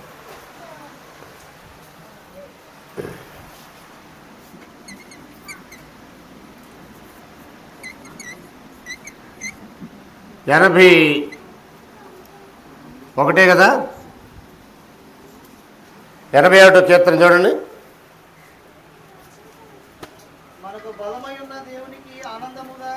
ఆనందగానము చేయుడి, యాకోబు దేవుని బట్టి ఉత్సాహధ్వని చేయుడి, కీర్తన ఎత్తుడి, గిలక తప్పెడ పట్టుకునుడి, స్వరమండలమును మనోహరమైన సితారను వాయించుడి, అమావాస్య నాడు కొమ్ము ఊదుడి, మనం పండుగ ఆచరించి దినమగు పున్నము నాడు కొమ్ము ఊదుడి. అది ఇశ్రాయేలీలు కట్టడా, యాకోబు దేవుడు నిర్ణయించిన చట్టం? ఇప్పుడు చెప్పండి, ఇశ్రాయేలీలు కట్టడా అది వాయిద్యాలు, క్రైస్తవులు కట్టడాది? ఇశ్రాయేలీలు కట్టడది. ఇశ్రాయేలీలతో ఆగిపోయింది అది. దాన్ని తీసుకొచ్చి ఇప్పుడు క్రైస్తవుల మీద రుద్దాలనుకుంటే సున్నతి పొందాలనేది కలిపి చెరిపెడి బోధ అయితే వాయిద్యాలు వాయించాలనేది కూడా కలిపి చెరిపెడి బోధనా? చెప్పాలి. సున్నతి పొందాలంటే కలిపి చెరిపెడి బోధనది. రెండింటిని కలిపి జరుపుతున్నారా? మరి అప్పుడు వాయిద్యాలు వాయించడం అనేది కూడా ఎవరిది? ఇశ్రాయేలీలే కదా. మరి క్రైస్తవులు ఎక్కడ వాయించలేదు. ఈరోజు అయితే వాయించాలని బలవంతం చేస్తున్నారు. వాయించే దగ్గరికి వెళ్ళండి అన్నారు, వాయించే దగ్గరికి వెళ్ళకండి అన్నారు. అలా చేసేవారు కలిపి చెరిపేడి బోధ చేస్తున్నారా, లేక బాగు చేసే బోధ చేస్తున్నారా?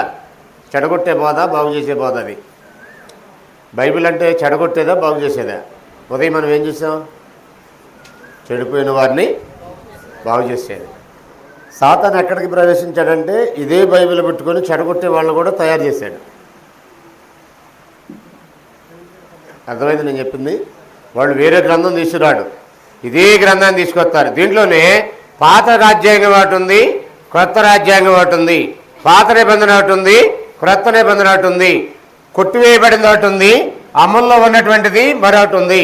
రెండింటినీ కలిపి చెరిపే బోధ ఒకటి ప్రారంభ శతాబ్దంలో ఉనికిలోకి వచ్చింది. దాన్ని బట్టి సంఘాలు ఏమి ఏర్పడింది? కలవరం ఏర్పడింది. గల్తీ పత్రిక ఒకసారి చూడండి, 1వ అధ్యాయం 6 నుండి 8 వచనాలు చూడండి. గల్తీలకు రాసిన పత్రిక 1వ అధ్యాయము 6 నుండి 8 వచనాలు. క్రీస్తు కృపను బట్టి మిమ్మల్ని పిలిచిన వాడిని విడిచి భిన్నమైన సువార్త తట్టుకు మీరు ఇంత త్వరగా తిరిగిపోటు చూడగా నాకు ఆశ్చర్యమవుతున్నది. అది మరి ఒక సువార్త కాదు కానీ క్రీస్తు సువార్తను సరపగోరి మిమ్మల్ని కలవరపరిచే వారు కొందరున్నారు. ఒక్క నిమిషం, దేన్ని బట్టి కలవరం ఏర్పడుద్ది? కలిపి చెరిపేడి బాధ చేయటం వలన, లేక ఒకే నిబంధన అమల్లో ఉందని చెప్పి ఆ నిబంధన బాధ చేయటం వలన? దేని వలన కలవరం ఏర్పడే? దేని వలన సంఘాల్లో కలవరం ఎందుకు వస్తుంది? అసలు మనుషుల మధ్య ఏది రైటో తెలుసుకోలేని పరిస్థితిలో ఉన్నాం అనే ఒక సందేహం ఎందుకు ఏర్పడుతుంది? మీకు సాధారణంగా ఏమనిపించిందంటే, అలాంటి మీటింగ్లకు వెళ్ళారనుకో మీకు కూడా కాస్త ఉత్సాహంగా ఉంటుంది. ఎలాగైనా అక్కడ మీకు సందేహం ఏర్పడుద్ది. మన జోసఫ్ రాజు గారు ఎందుకు ఇలా చేయట్లేదని ఆలోచన వచ్చేస్తుంది. మన సురేష్ గారు ఎందుకు ఇలా చేయట్లేదని ఆలోచన వచ్చేస్తుంది. మన పురుషోత్తం గారు ఎందుకు ఇలా చేయట్లేదని ఆలోచన వచ్చేస్తుంది. వాక్యం సరిగ్గా తెలియకపోతే. వాక్యం తెలుసు అనుకో అసలు మీరు అక్కడికి వెళ్ళరు, మీరు ఆ మీటింగ్లకే వెళ్ళరు. ఒక ముసలావిడిని, ఒక క్రీస్తు సంఘ సభ్యురాలు ముసలావిడిని మా దగ్గర విజయవాడలో ఒక మీటింగ్ జరిగింది, నెలలో 7వ తారీఖు, హోసన్న మినిస్టర్ వాళ్ళది.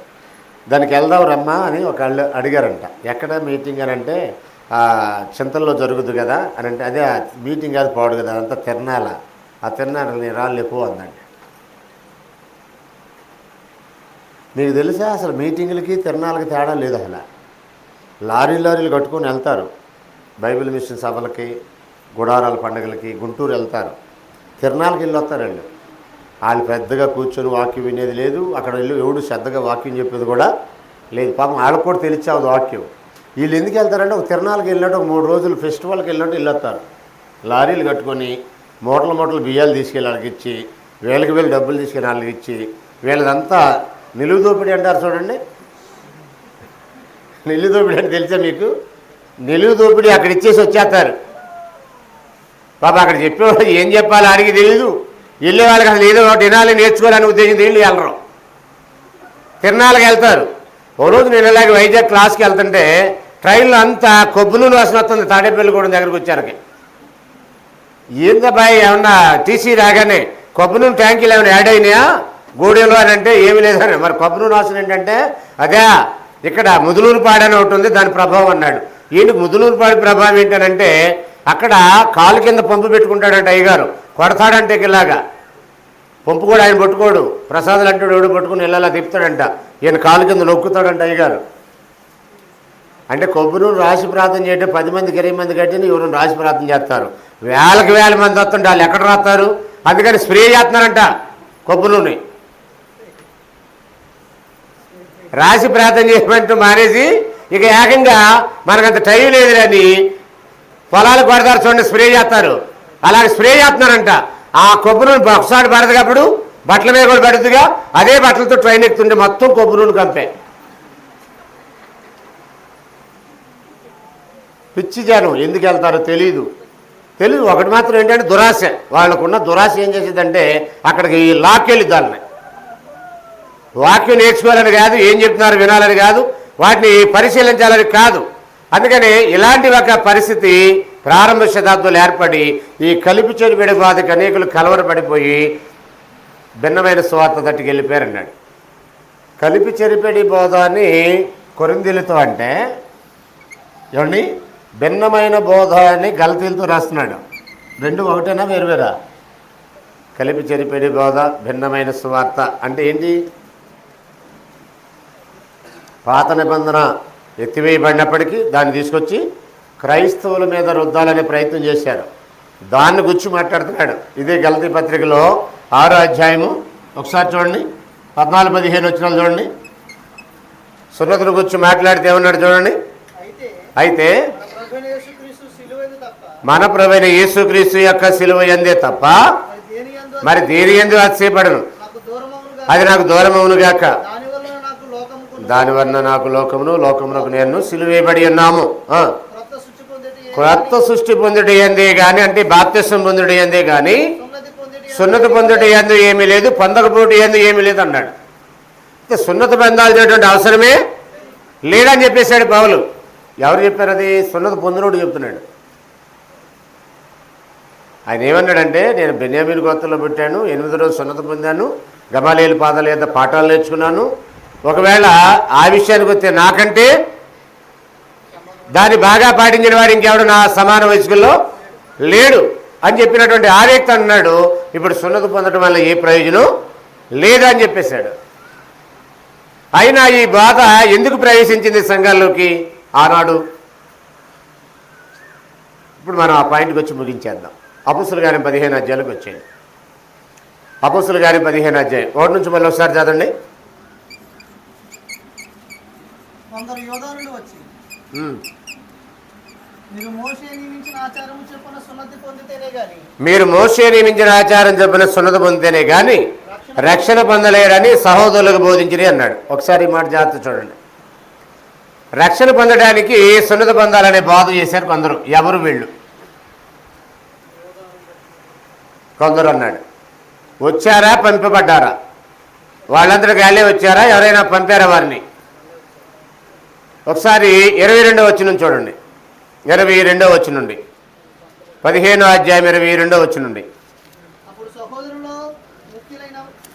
అప్పుడు సహోదరులలో ముఖ్యులైన బర్సబాను మారు పేరు గల యోధాను శీలను తమలో ఏర్పరచుకొని పౌలుతోనూ బర్నబాతోనూ అంత్యోక్యకి పంపడం యుక్తమని అపోస్తులకు పెద్దలకు సంఘమంతటికి తోచిన వీరు రాసి వారి చేత పంపినదేమనగా, అపోస్తులు పెద్దలైన సహోదరులందరూ అంత్యోక్యలోను సిరియాలోను కిలికియాలోను నివసించు అనుజీలుగా ఉండే సహోదరులకు శుభము.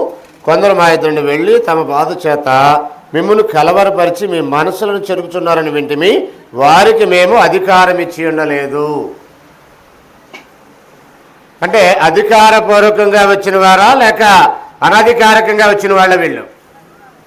సున్నతి పొందాలని బాధ చేసిన వారు సంఘం చేత పంపబడిన వారా లేక తమంతట తామే వెళ్ళిన వారా? వినండి ఒకసారి చూడండి. ప్రసాద్ వింటున్నావా? కొందరు మా ఎద్దు నుండి వెళ్ళి తమ బోధ చేత మిమ్మల్ని కలవరపరిచి మీ మనసులను చెరుపుతున్నారని వింటిమి. వారికి మేము అధికారము ఇచ్చి ఉండలేదు అని అన్నాడు. అంటే ఈరోజు సంఘము ద్వారా కాకుండా, సంఘములో నేర్చుకోకుండా, సంఘం యొక్క ఆమోదంతో కాకుండా, సంఘం చేత పరీక్షించబడకుండా, సంఘం ఆమోదించి పంపబడకుండా ఎవరైతే వెళుతున్నారో వాళ్ళ ద్వారా జరిగే బోధ కలిపి జరిపిన బోధ. ఈరోజు కూడా అపోస్తుల యొక్క బోధకి భిన్నమైన బోధలు ఎందుకు వచ్చాయి? పైగా క్రీస్తు సంఘాల్లోనే అపోస్తుల బోధకి భిన్నమైన బోధలు ఎందుకు వచ్చాయి? వాళ్ళు ఒక స్థానిక సంఘంలో స్థిరమైన సభ్యత్వాన్ని కలిగి ఉండరు. ఆ స్థానిక సంఘము అపోస్తుల యొక్క బోధలు వారిని పరీక్షించట్లేదు. పరీక్షించబడిన తర్వాత వాళ్ళు పంపబడాలి, కానీ అలాగే జరగట్లేదు. వాస్తవానికి అపోస్తుల కార్యం 13వ అధ్యాయంలోకి రండి. 13వ అధ్యాయం మొదటి నుంచి చదువుతున్నాను. అంత్యోక్యలో ఉన్న సంఘములో బర్నబా, నిగర్ అనబడిన సుమియోను, కురేనీయుడైన సులుకియా, సదుదాధిపతి అయిన హేరోతో కూడా పెంచబడిన మనయేసు, పౌలు అను ప్రవక్తులను బోధకులు ఉండిరి. వారు ప్రభువును సేవించుతూ ఉపవాసం చేయుచుండగా పరిశుద్ధాత్మ, జాగ్రత్తగా మాటను జాగ్రత్త చూడండి, నేను బర్నబాను పౌలును పిలిచిన పని కొరకు వారిని ప్రత్యేకపరచుడని వారితో చెప్పాను. ఎవరెవరితో చెప్తున్నారు ఇక్కడ? పరిశుద్ధాత్ముడు సంఘంతో చెప్తున్నాడు. అంతటా వారు ఉపవాసుని ప్రార్థన చేసి వారి మీద చేతులుంచి వారిని పంపిణీ. పరిశుద్ధాత్ముడంతటి వాడు కూడా సంఘం యొక్క పనిలో ఇన్వాల్వ్ అవ్వకుండా మీరు వారిని పంపమని, పౌలుని బర్నబాని పంపమని సిఫారసు చేస్తున్నాడు. అంటే ఎవరి పని అది? సువార్తికులు పంపే పని, సంఘం యొక్క పని. ఇప్పుడు సంఘం చేత పంపబడిన వారైతే ఈ సమస్యలు రావు. అపోస్తలుల యొక్క బాధలో సంఘాలు ఎదిగి, అపోస్తలుల యొక్క బాధలో సంఘ సభ్యులు ఎదిగి, ఆ సంఘ సభ్యులు సువార్థికులుగా ఒకవేళ తయారయ్యారని సంఘం గుర్తించి ఆ పనికి వారిని పంపినట్లయితే ఈ సమస్య ఉండదు. ప్రకటించేవారు పంపబడాలి, అది సంఘం ద్వారా పంపబడాలి. మీకు ఒక స్ట్రక్చర్ వేసి ముగించేస్తాను నేను.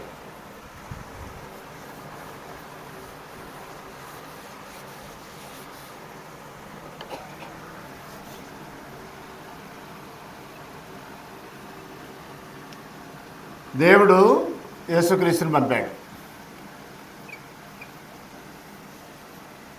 క్రీస్తు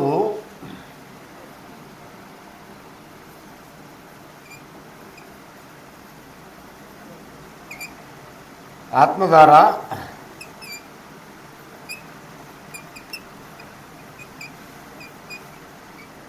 అపోస్తలులను, అంటే ఆత్మ యొక్క ఆధ్వర్యంలో అపోస్తలుని పంపడం జరిగింది.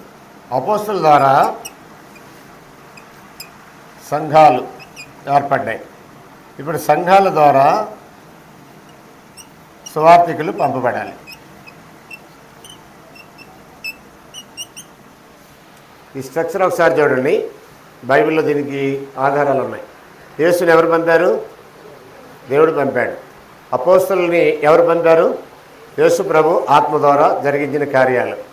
మరి అపోస్తలుల ద్వారా ఏం ఏర్పడ్డాయి? సంఘాలు ఏర్పడ్డాయి. సంఘం ఏర్పడిన తర్వాత పరిశుద్ధాత్మ ఏమంటున్నాడు? నేను పౌలుని బర్నబాని ఏ పని కొరకు అయితే నిర్ణయించానో ఆ పనికి మీరు పంపండి అన్నారు. అప్పుడు అపోస్తలులు ఏం చేశారంటే ఈ 13వ అధ్యాయంలో వాళ్ళని సంఘం పంపింది. అపోస్తలుల ద్వారా ఏర్పడిన సంఘాలు ఏవైతే ఉన్నాయో ఈ సంఘం ద్వారా ఇప్పుడు పంపబట్టం అనేది జరిగింది. ఇప్పుడు ఒక వ్యక్తి దుర్బోధ చేయకుండా అపోస్తలుల యొక్క బోధే చేయాలంటే ఇప్పుడు మన మధ్య సేవకులు సంఘం ద్వారా పంపబడాలి. ఒకవేళ సంఘం ద్వారా కాకుండా ఇప్పుడు ఏం జరుగుతుందంటే ఎక్కడో ట్రైనింగ్ అవుతున్నారు. ట్రైనింగ్ అయిన తర్వాత ఇక సంఘంతో పని లేదు. వెంటనే వీళ్ళు ఎక్కడో ఒకసారికి వెళ్ళి వాళ్ళు ఏమి నేర్చుకున్నారో చెప్పేస్తారు. అప్పుడు వాళ్ళకి ఒకవేళ సత్యమే అందింది అనుకో సత్యం చెప్తారు. ఒకవేళ సత్యం అందలేదనుకో వాళ్ళు ఏం చెప్తారు? అక్కడ వాళ్ళు ఏమి నేర్చుకున్నారో అదే చెప్తారు. ఇవాళ బైబిల్ స్కూల్లో ట్రైనింగ్ అయిన వాళ్ళు బైబిల్ స్కూల్ నిర్వహించే ప్లేసుల్లో వాక్యానుసారమైన సంఘాలు లేవు.